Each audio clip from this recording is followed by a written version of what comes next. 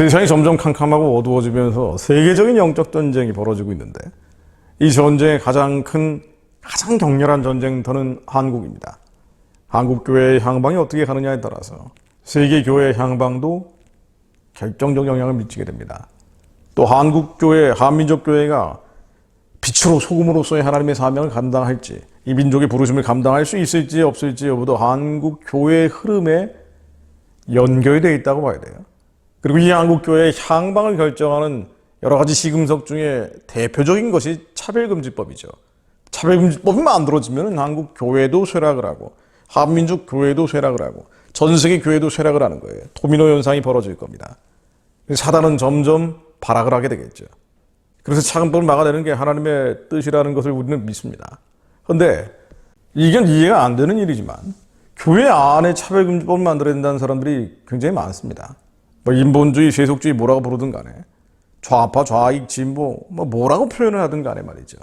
하나님의 율례와 율법과 계명을 인간 중심으로 보는 거예요. 하나님이 하지 말라고 한 건 하지 말아야 되는데 인간의 욕구와 욕망과 욕정을 채우는 것, 수요와 결핍을 채울 수 있는 방향이면 성경을 자기 식대로 해석하는 겁니다. 이런 기독교적인 흐름들이 많죠. 한국에서 집약적으로 나오고 있는 차별금지법 제정하자는 사람들, 바로 그런 영적 흐름과 연결이 되어 있습니다. 대표적으로 기윤실인데 기독교 유의실천운동 여러 번 말씀드렸죠. 2013년 9월 11일 날 공의정치 포럼, 기독법률가회, 좋은교사운동과 함께 차별금지법을 만들어야 된다는 성명을 낸 적이 있어요. 물론 충분한 사회적 합의를 거쳐라, 예외 조항을 인정해라, 전제를 달긴 했지만 차별금지법에 대해서 이렇게 얘기를 했었습니다. 모든 영역에서 차별을 예방하고 금지하며 차별로 인한 피해를 효과적으로 구제함으로써 인간의 존엄과 가치를 구현하고 헌법상의 평등권을 실현하는 것을 목표로 하는 법으로서 아직도 불평등과 편견이 심한 우리 사회에 꼭 필요한 법입니다. 인애와 공평을 우리의 삶에서 실천하려는 한국 그리스도인들은 원칙적으로 이 법의 제정을 적극 찬성합니다 라고 주장을 했습니다. 그런데 이 기윤실에 협력하고 연대하고 있는 단체들이 굉장히 많죠. 2013년도에 나온 성명이기 때문에 여기에 반대하지 않기 때문에 지금도 협력 연대단체로 들어가 있을 겁니다. 여러분들 한번 보십시오. 정말 많은 단체들, 이른바 개혁 얘기하는, 교회에서 개혁 얘기하는 많은 단체들이 여기 들어가 있어요. 자, 또 이와 별개로 2021년 12월 12일 날 대선을 앞두고 기독교 대선행동이라는 단체가 만들어졌습니다. 기독교 안에 차별금지법 제정을 촉구하는 입장문을 낸 단체예요. 자, 이 단체 주장 보면은요, 한국 사회는 여성, 성적 소수자, 이주노동자, 난민 등과 같이 사회적 차별로 인해 고통받고 있는 이들이 여전히 존재한다면서 사회적 약자와 소수자에 대한 차별은 사회적 헤게모니와 권력의 문제와 연관되어 있는 만큼 결코 시민들의 선의로만 해결될 수 없다는 거예요. 스스로 회개하고 돌이키는 게 아니고 법으로 강제해야 된다는 얘기입니다. 그러므로 차별금지법, 평등법과 같은 최소한의 법적 기반이 없이 평등한 사회는 불가능하다고 되어 있어요. 생명, 평화가 넘치는 세계를 위한 그리스도인의 사회적 연대로서 우리 기독교 대선 행동은 차별금지법이 없이 평등한 사회가 이루어질 수 없음을 다시금 밝히며 각 당의 대선 후보들에게 차별금지법 제정을 정책적으로 제시할 것을 강력히 요구한다고 되어 있습니다.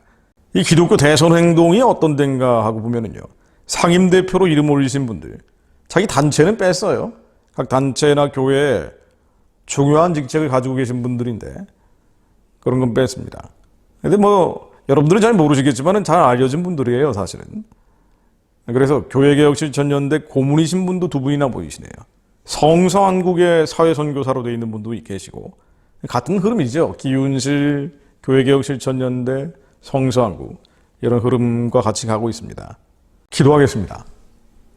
우리가 무엇을 위해 기도할 것인고 아니요, 하나님의 율례와 율법과 계명, 하나님의 말씀이 곧 하나님입니다. 우리가 마음에 안 든다고 해서 어떤 건 믿고 어떤 건 믿지 않고 시대에 따라서 해석하는 게 성경이 아니에요. 성경은 시대를 초월해서 어제나 오늘이나 말씀이신 예수 그리스도는 동일하십니다. 하지 말라고 되어 있잖아요. 하지 말라고 되어 있는 걸 왜 해야 된다고 주장을 하고 차별금지법을 제정을 합니까? 심지어 하지 말라고 하는 것을 기독교인이라는 사람들이 법으로 강제하겠다는 거예요. 차별금지법은요, 어떤 면에서는 영적인 차원에서 들여다보면 영적인 666 같은 거예요. 한국 교회를 지키기 위해서는 차근법은 막아줘야 됩니다.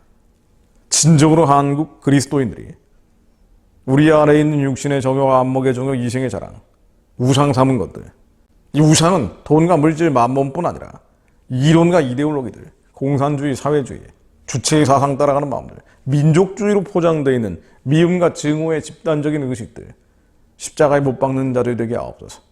판단하고 심판하고 정죄하는 마음들, 하나님의 성전인 우리의 육체가 성전되지 못하게 하는 건데 주님께 통회하고 자복하는 진정한 회개의 흐름이 나오게 하옵소서. 사무엘상 7장 3절 말씀입니다. 미스바의 회개운동이에요. 사무엘이 이스라엘 온 족속에게 이르러 가로되 너희가 전심으로 여호와께 돌아오려거든 이방신들과 아스다롯을 너희 중에서 제하고 너희 마음을 여호와께로 향하여 그만 섬기라. 너희를 블레셋 사람의 손에서 건져내시리라. 위기 앞에서 위경 가운데서 이방신들과 아스다롯들, 이 시들을 본받는 거죠. 그러니까 하나님 말씀보다 더 앞서는 것들, 이게 이방신들이고 아스다롯입니다. 이론과 이데올로기들도 여기 들어가는 거예요.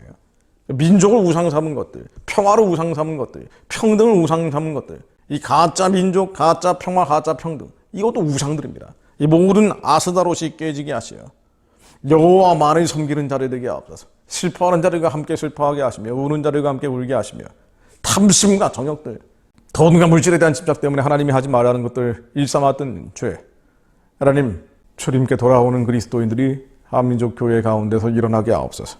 이 이스라엘 자손이 바알들과 아스타롯을 제하고 여호와만 섬기니라. 사무엘이 가로되 온 이스라엘은 미스바로 모이라. 내가 너희를 위하여 여호와께 기도하리라 하며 그들이 미스바에 모여 물을 길어 여호와 앞에 붓고 그날에 금식하고 거기서 가로되 우리가 여호와께 범죄하였나이다 하니라. 사무엘이 미스바에서 이스라엘 자손을 다스리니라. 사무엘 같은 자들이 일어나기 원합니다. 사무엘은 제사장입니다. 대신 죄를 회개하며 나갔던 거예요. 이 민족의 죄를 대신 안고 가는 자들, 누구를 정죄하고 심판하기 전에 저희들이 먼저 회개합니다. 저희들이 미스바에 나아가는 사무엘처럼 우리의 죄를 주님 앞에 내려놓고 갑니다.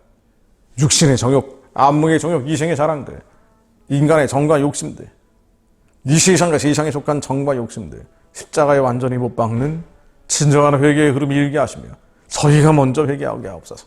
우리 안에 하나님의 사랑이 아닌 것들, 심판하고 정죄하고 판단하는 마음들, 미움과 증오, 온갖 음란한 것들, 예수의 피 가운데 잠기게 하시어 주님은 의롭고 미쁘시사 죄를 자백하는 자들에게 반드시 이 죄를 사해 주심을 믿사오니 우리의 죄를 이 불결하고 부정한 것들을 다 털어주시어 예수의 피가 우리 혈관에 따라 흐르게 하시며 그 피 가운데 잠긴 자들로 북한의 우상 숭배의 진이 평화적으로 무너질 것을 선포하게 하시며 2천만 노예 동족도 해방하고 구원하게 하시어 살려낸 자들과 함께 더 많은 영혼들을 살리기 위해 뻗어가게 하옵소서.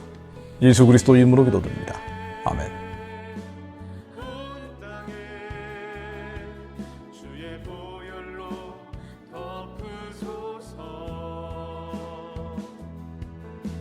북한과